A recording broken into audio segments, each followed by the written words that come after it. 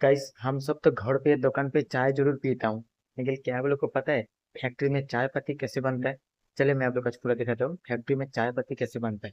T बनाने के लिए सबसे पहले चाय के बगानों से पत्तियों को तोड़ा जाता है। पत्तियों को इकट्ठा करके वर्कर्स फैक्ट्री में ले जाते हैं। फैक्ट्री में लाने के बाद पत्तों को स्टोर किया जाता है और उनमें से certain amount of moisture remove किया जाता है। तो पत्तों के अंदर अगर थोड़ा सा भी मॉइस्चर रह जाता है उसको हटाने के लिए यहाँ पर एक बड़ा सा फैन लगा होता है। ये जो आप देख रहे हैं ये बर्नर है। बर्नर में आग जलाई जाती है और आग जलने के बाद यहाँ से गर्म हीट जाती है फैन तक। तो फैन की जो हवा होती है वो गर्म हो जाती है, फिर ये गर्म हवा जाती है यहाँ से पत्तों तक। और यहाँ पर आप देख सकते हैं नीचे से गर्म हवा आ रही है, जिससे जो पत्तियों के अंदर थोड़ा बहुत भी मॉइस्चर है वो पूरी तरह से सूख जाएगा। जब मॉइस्चर पूरी तरीके से निकल जाएगा उसके बाद इन पत्तियों को भरा जाएगा बैग के अंदर, जहाँ से ले जाई जाएंगी दूसरी प्रोसेस तक। तो ये देखिए मॉइस्चर निकालने के बाद की चाय पत्तियां हैं। अब ये बैग में फिल करने के बाद ले जाई जाएंगी दूसरे प्रोसेस के लिए। तो बैग को बैग के ऊपर लटका दिया गया है। अब ये जाएंगी दूसरी प्रोसेस पर। तो बैग के थ्रू हमारा बैग अंदर आ चुका है। अब ये जाएगा नेक्स्ट प्रोसेस पर, जहाँ पर इसकी कंडीशनिंग और कटिंग होगी। बैग के अंदर से सारी पत्तियों को बाहर निकाल लिया गया है। अब ये पत्ती जाएंगी मशीन के अंदर, जहाँ पे इनकी कंडीशनिंग होगी। कंडीशनिंग होने के बाद ये नीचे गिरेंगी और नीचे गिरने के बाद ये जो आप कटर देख रहे हैं इसमें सारी पत्तियां कट जाएंगी। अभी हमारी कटिंग पूरी नहीं हुई है। उसके बाद ये नेक्स्ट बेल्ट पर जाएंगी, वहाँ थोड़ी कटिंग होगी। उसके बाद नेक्स्ट बेल्ट पर इसी तरीके से सारी बेल्ट पर जाते हुए लास्ट वाली बेल्ट पर ये पूरी तरीके से चूरा हो जाएगा। तो 4 बार कटिंग होने के बाद हम आपको दिखाते हैं फाइनल प्रोडक्ट हमारा कैसा निकला है। तो ये जो आप चूरा देख रहे हैं कितना बारीक है, जिस तरीके से आटा हो जाता है इतना ज्यादा बारीक हो चुका है चूरा। और अभी भी हमारी चाय पत्ती तैयार नहीं हुई है। इसके बाद इसके अंदर ग्रेन्स पड़ने बाकी है। और ये जो आप मशीन देख रहे हैं कंटिन्यूसली रिवॉल्व करती रहेगी और रिवॉल्व करते करते हमारी चाय पत्ती को कन्वर्ट कर देगी छोटे छोटे ग्रेन्स में। तो जैसे कि आप देख सकते हैं हमारी चाय पत्ती पहले कैसी थी और कैसे ग्रेन्स पड़ गए हैं इसमें। जब ग्रेन्स हमारे बन जाएंगे उसके बाद ये भेज दी जाएगी फर्मेंटेशन के लिए। अब कम से कम 1.5 घंटे के लिए इसका ऑक्सीडेशन फर्मेंटेशन होगा। उसके बाद ये धीरे धीरे आगे जाएगी और वातावरण में जो नमी है ऑक्सीजन है उससे इसका फर्मेंटेशन होता रहेगा। और जैसे जैसे फर्मेंटेशन होता रहेगा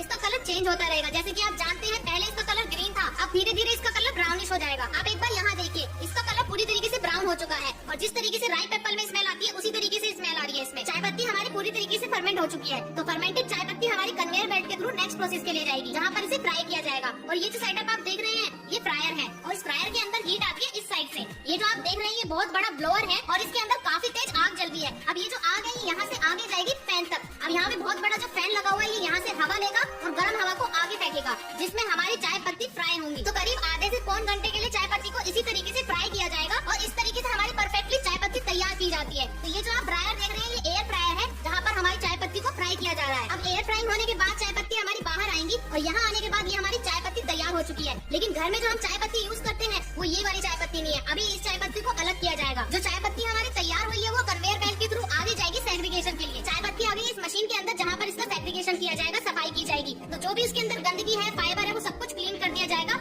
उसके बाद हमारी तैयार होगी साफ और फ्रेश चाय पत्ती। अब यहाँ पर इसको साइज और क्वालिटी के हिसाब से अलग कर दिया जाएगा। तो ये जो आप देख रहे हैं ये जाली है और यहाँ